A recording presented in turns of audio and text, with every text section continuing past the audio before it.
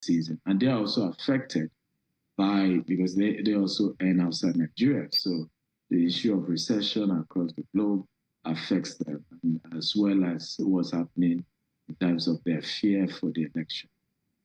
All right. Well, talking about rate hikes, we've seen the Central Bank of Nigeria here, they've raised rates a lot, this year. And the last one, we got about 50 basis points, about 100 basis points, actually, not as large as the 150 we got before. How is that impacting the sector right now? Honestly, I am personally excited about the Naira redesign, and I support that policy, but not the rate hike. I don't think so, because I feel the redesign of Naira is trying to achieve the same thing. And we've seen a lot of compliance, with people having to remit money to banks. And I don't think they needed to do to that volume. We can see how the U.S. Treasury has gradually, in a very slow manner, raised their own interest rates. I think we should, if we have to do that as well. But in terms of how has it affected the sector, I think it has, because, mind you, a lot of people are relying on taking loans to construct houses, and contractors also having to take loans to be able to partner with developers to execute some of this building. And if you are raising interest rates, it just affects their profit margin. It affects their overall bottom line. So for me, I'm not sure it was the right decision. But again, I'm not the CBN governor, so he has the right to make, and the people in charge of monetary policy. But it's affecting big time. But in our company, we don't take loan in the Nigerian market. In other countries that we operate, yes, we are open to that, but not in Nigeria. And for us, it's we just feel that the banking sector is not as supportive. And I've said this publicly many times. I think they are not supportive of our sector. I've seen situations where banks take over people's estates without being considerate about the other investors in that particular estate, and they just take over the entire thing. And so, seeing those kind of experience, I just decided that our company will not going to take any loan from any bank for our own construct. Yeah, and obviously we know, the central bankers are struggling, right now, and obviously banks struggling with, non-performing loans and all of that. So that will make it a little difficult, for them also. But let's talk about green, smart housing. Is that looking like a reality for Nigerian market? Well, it is. What I think will happen, the same revolution that happened with the telecoms, where we were slow to adopt that, but Nigeria is way ahead in terms of technology, telecommunication technology, and we're more advanced. I think the same will happen. I just attended the UN Climate Change COP27 in Egypt, and that's been the conversation, adaptation, and I think Africa is ready. If you look at even what Egypt is doing, they have housing project running to almost 30 million. You won't believe it, housing units being built. It's massive what Egypt is doing and how Egypt is trying to adapt to climate change. And I think Nigeria can be in the forefront. We are the first company to commit to building 25,000 green and smart homes in Nigeria. And we're excited that we stuck to that idea. It's expensive, because having to convert waste to biogas, rely on solar and other alternative wind energy, is not one of those easy things. So we have a 2035 goal. By the year 2035, we will have 25,000 green and smart homes, and they will be zero carbon emission. But we need money to make this happen. The last time our finance team told us it's going to cost us as much as $20 billion to do that because we want to put a golf course, polo club, have hotels, shopping malls in those places. We still have 13 years to go. We're still at the beginning stage. But we're excited that we are a company of the future, and there's nothing wrong being ahead of everyone else. All right, talking about what you're, looking to add, some of these essays. Some believe that your housing solutions are for the rich and the affluent. What do you say to them? I think they are right. Housing generally is quite expensive anywhere in the world. I think it's the responsibility of the government, as well as other institutions to create what we call accessibility to housing. I'll give you an example. Here's a 2-bedroom. Now, when you look at the dollar price of this 2-bedroom, in anywhere in the US, let's even take Dallas, which is one of those states we operate. In Dallas, the cost of 2-bedroom is twice what you're seeing on your screen.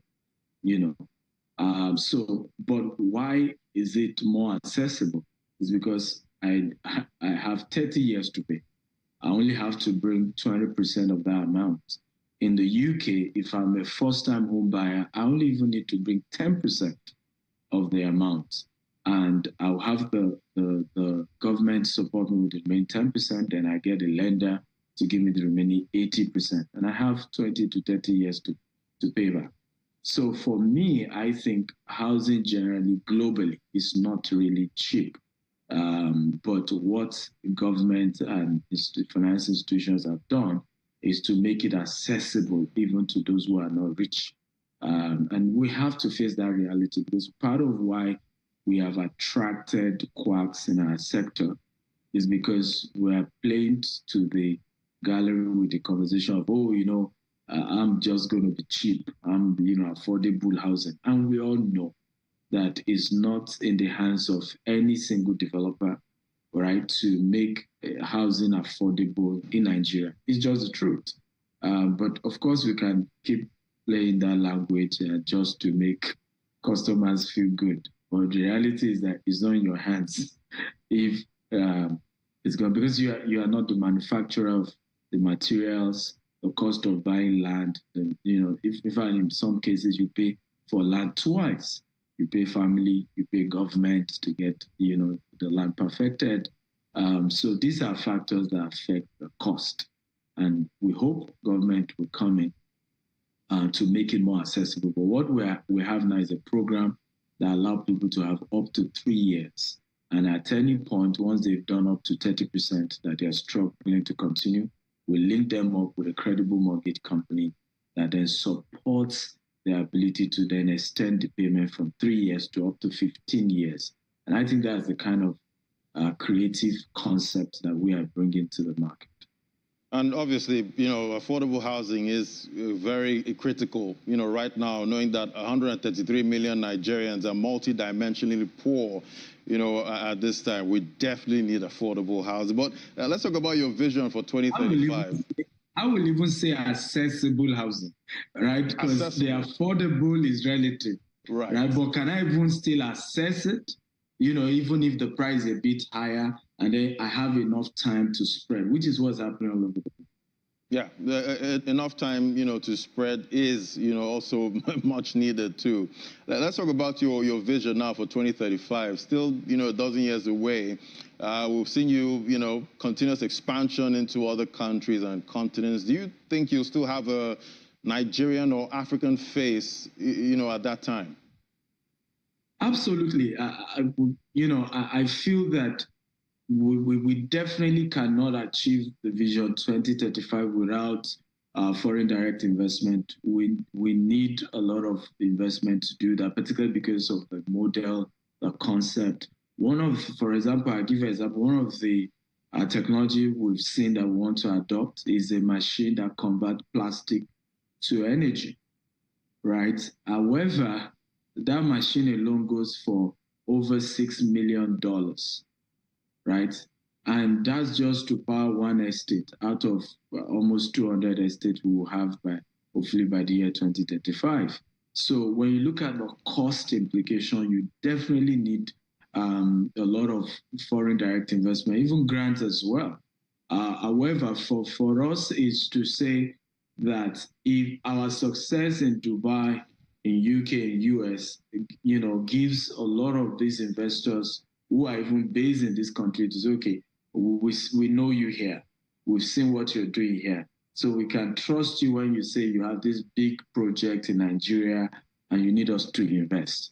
And so for us, we feel that our international expansion, it gives us a lot of credibility abroad, enough to attract a lot of investors to believe in our vision and to partner with us in our Nigerian quest. Let's talk about your offerings now, and when exactly will the promotion kick off, and how can people actually access it? Beautiful. So we already have a lot of people who have started taking advantage, but we're doing a global virtual launch on Saturday, 10th of December, and we're inviting the general public, particular investors, to come. And we will be able to break down the offers. It's an off-plan sales. Again, like I told you, we try our best not to take low because experiences we've had is not encouraging. And so for us, what we've done is to say, you know what, we'll give you opportunity to pay us gradually.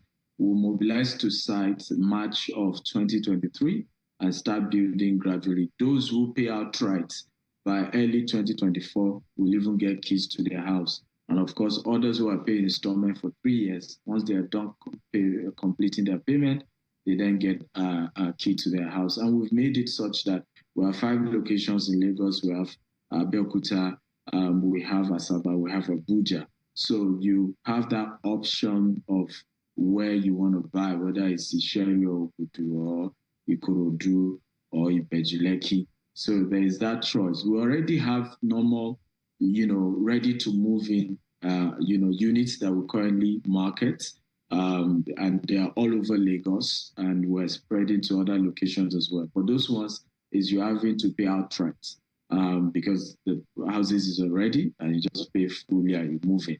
But this ones gives you opportunity for accessibility by flexible payment. And it also gives us enough time for us to also deliver. So a 3-year window period is a fantastic time. And what will be happening to investors is that in that 3 years, you're almost having 100% return on investment, because by the time the house is ready, the value of the property will be almost 100% what it was 3 years ago when you started paying. And remember, you had that flexible payment to pay. And it's one of the most amazing ways. And what we've also done is to have a subsidiary called Gtexthomes that is able to help you rent out your apartment in the case where you are doing this for investment. So we're able to help you get tenants, and you are able to get regular cash flow. And that's really one of the major reasons why people invest in real estate, is that consistent cash flow that can keep coming in. You have tenants paying you rent, and you're making more. All right, Dr. AKINTAYO, I know at some point you're going to give me some 30-year plan. I'll be expecting that.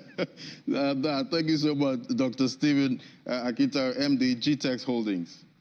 Thank you for having us. I appreciate it. Can I just chip in that those who want to register for the event can visit www.gtexthomes.com/1000 units. So if you want to join us for the webinar on Saturday 10th by 5 p.m., again, the site is www.gtexthomes.com/1000 units. So you can sign up, it's free, and we'll be able to give you a lot more detail about the housing unit, 1,000 housing unit, first phase of the 25,000 housing units we are doing the next 13 years. Fantastic. Thank you so much. Thank you. Enjoy the rest of your day. See you. All right, that was